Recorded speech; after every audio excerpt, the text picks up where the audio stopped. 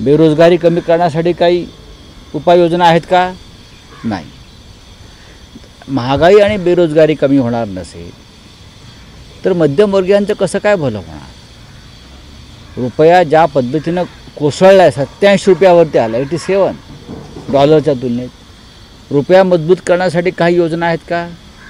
मी म्हणतो अजिबात नाही. 12 लाखाच्या पर्यंत जो स्लॅब आहे इन्कम टॅक्स रिलीफचा, त्याच्या पलीकडे मध्यमवर्गीयांसाठी किंवा गरिबांसाठी कोणती योजना मला दिसत नाही.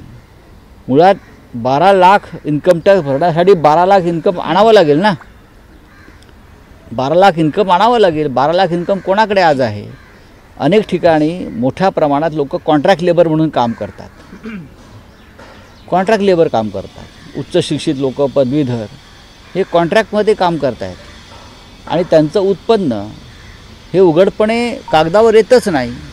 3.5 ते 4 कोटी लोक इन्कम टॅक्स भरतात. त्याच्यामध्ये 12 लाखवाले किती आहेत? याचा खुलासा आमच्या ज्यांना आपण खडूस म्हणतो आहे त्यांनी करायला हवा.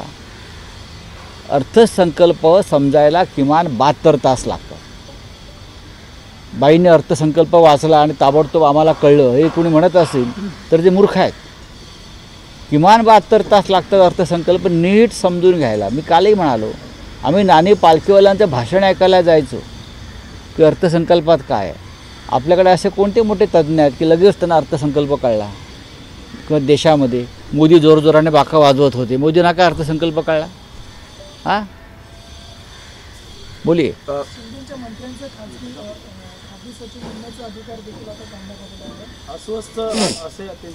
आता मी कसं काय सांगू.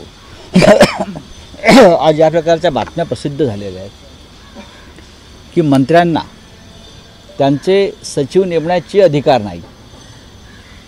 म्हणजे जे केंद्रामध्ये मोदींच्या मंत्रिमंडळामध्ये आहे तेच महाराष्ट्रामध्ये फडणवीस यांच्या मंत्रिमंडळामध्ये होतं आहे. अर्थात शिस्त म्हणून ते योग्यच आहे. जर तुम्ही शिस्त म्हणाल, एक शिस्त असते.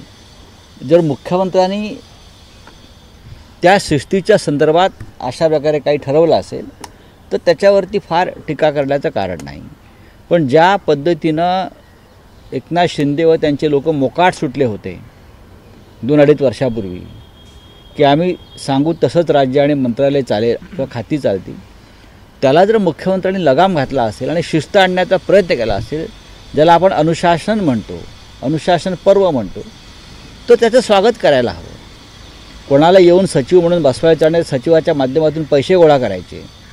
हां, सचिव अनेक ठिकाणी या मंत्र्यांचे हे कलेक्टर्स, पैसे गोळा करणारे, व्यवहार करणारे, डील करणारे, मंत्र्यांच्या वतीनं पैसे स्वीकारणारे, असे अनेक ठिकाणी या घटना घडल्या आहेत.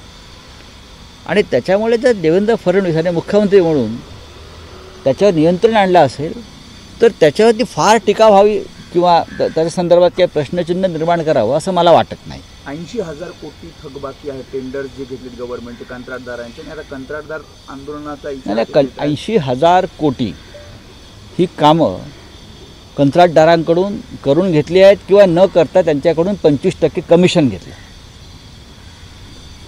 कंत्राटदार 80,000 कोटी कागदावर जे दिसत आहेत तुम्हाला, त्यांच्याकडनं कामं करून घेतली किंवा कामाच्या नावाखाली निवडणुकीच्या आधी ज्यांना हा निधी दिलेला आहे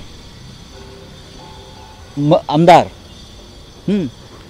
त्यांनी थेट कंत्राटदाराकडून कामं सुरू होण्याआधी 25% घेतलेले आहेत. सगळ्यांना माहिती आहे. आता 80,000 कोटीचे तुम्ही 25% जर काढलेत तर गेल्या 2 वर्षामध्ये किती हजार कोटी या फुटीर आमदारांच्या खिशात गेलेत आणि त्यांनी पक्ष का सोडला आणि अजूनही ते शिंदे अजित पवारांना का चिटकून राहिलेत याचं कारण कळेल. 80,000 कोटीचे 25% तुम्ही काढा, किमान 20,000 कोटी होत आहे. किमान 20,000 कोटी होत आहे. ते 20,000 कोटी रुपये कंत्राटदारांकडून टेबलाखालून आधीच घेण्यात आलेले आहेत. हे तुम्हाला स्पष्ट दिसतं आहे. 80,000 कोटीचे व्यवहार ज्या ठेकेदारांबरोबर झाले ते रस्त्यावरती उतरलेले आहेत. हा पुरावा आहे सगळ्यात मोठा. त्यांना का त्यांचं काम जर झालं असेल त्याचे पैसे काय मिळत नाहीत, ते का थांबवले आहेत? मुख्यमंत्र्यांनी आदेश देऊन हे पैसे थांबवले आहेत. त्याचं कारण त्यांना त्याच्यामध्ये भ्रष्टाचार दिसतो आहे. कमिशनबाजी दिसते, दलाली दिसते.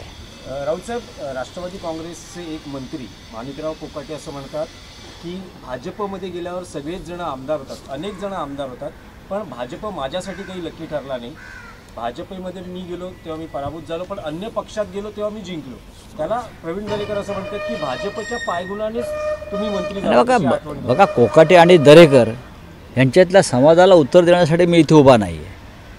लहान गोष्ट आहे फार. असा काही अनुभव आहे का आमचा नाही. भाजपमध्ये गेला की आमदार होतो, आणि जे कोकाटे म्हणतात त्यांच्यासाठी भाजपमध्ये गेलेले भ्रष्टाचारी आमदार होतात एवढंच मला माहिती आहे.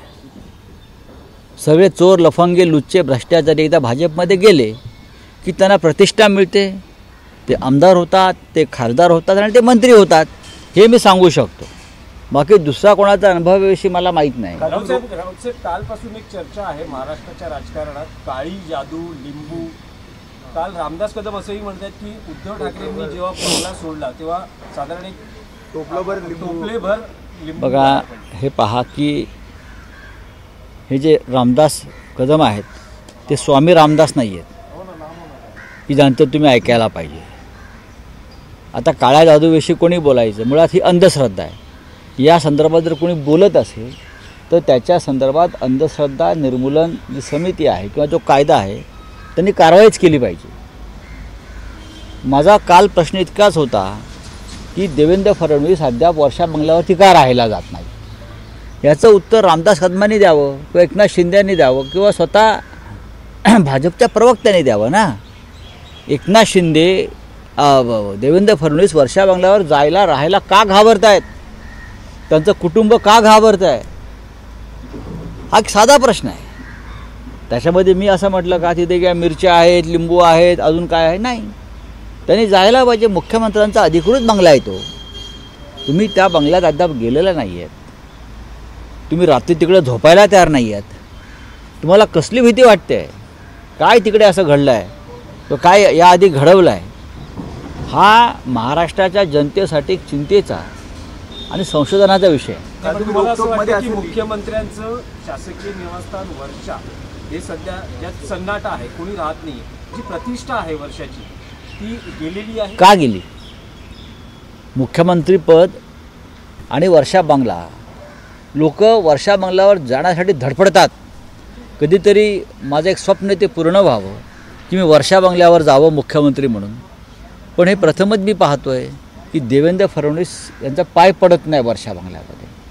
आमच्या अमृता वहिनीला जावं असं वाटत नाही. हां, का मला कळत नाही हे काय चाललं आहे की मुख्यमंत्र्यांचं निवासस्थान बदलायचं चाललं आहे कोणत्या तरी एका अनामिक अशा भीतीमुळे.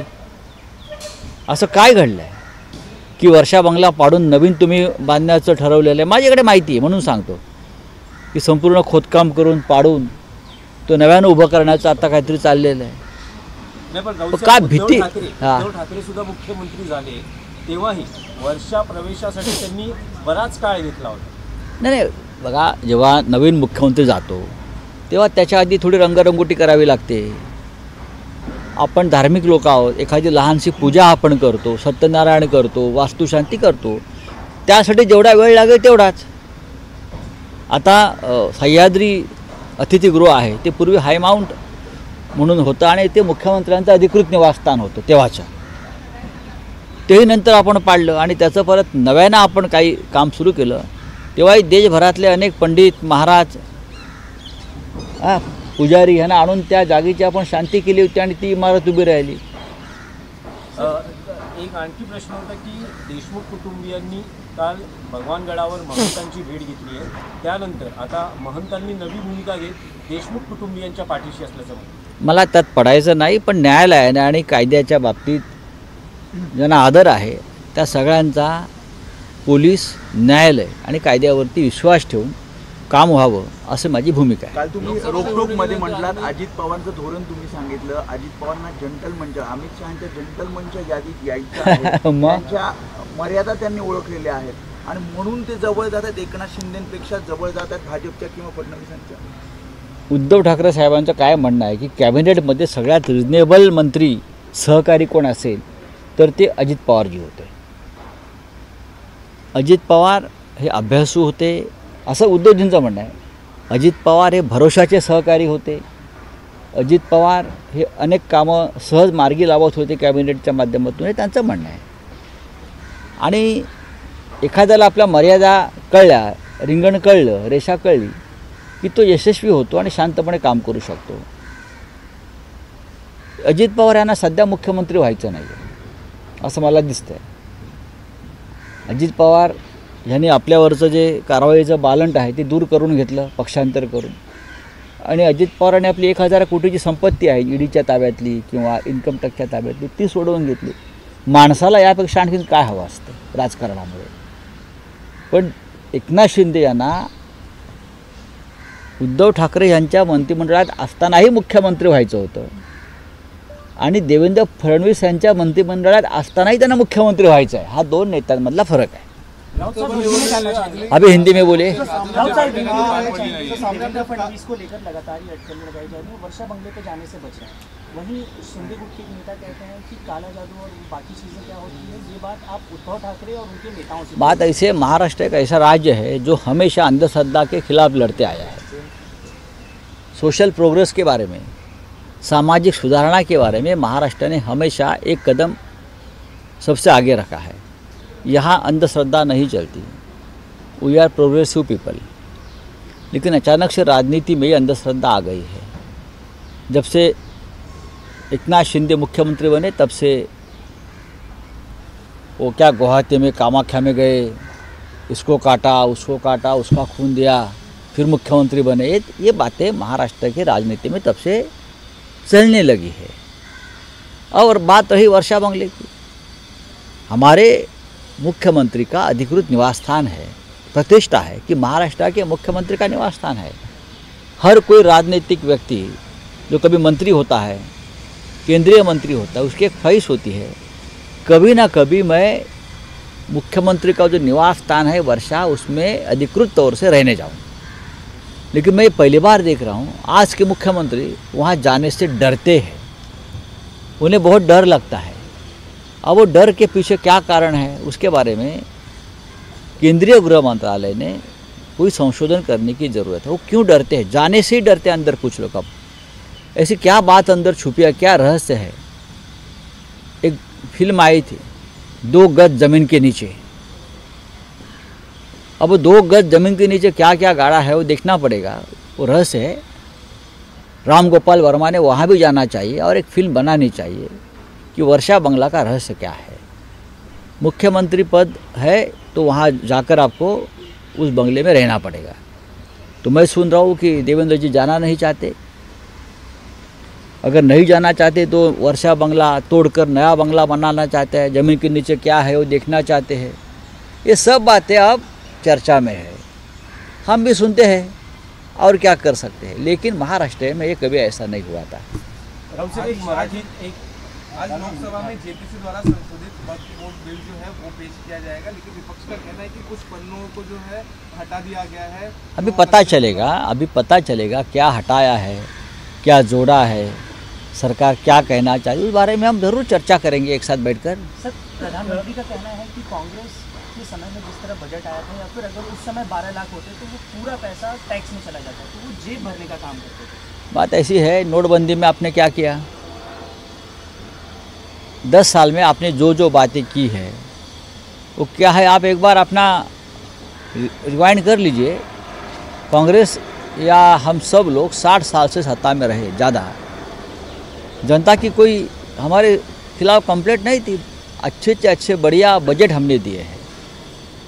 मैं नाम दे सकता हूँ ऐसे अर्थ मंत्री के, वित्त मंत्रियों के जिसने बेस्ट बजट दिया है इस देश के. जनता पार्टी की सरकार में भी मधु दंडवती जी थे, उसने भी अच्छा बजट दिया था. तो आप खाली भूकर अपना वो ढोल मत बजाइए. जाइए कुंभ में जाकर स्नान करिए. कल चुनाव है ना दिल्ली का, तो आपको टीवी पे देखना है लोगों को. जाइए कुंभ में स्नान करते रहिए दिन भर.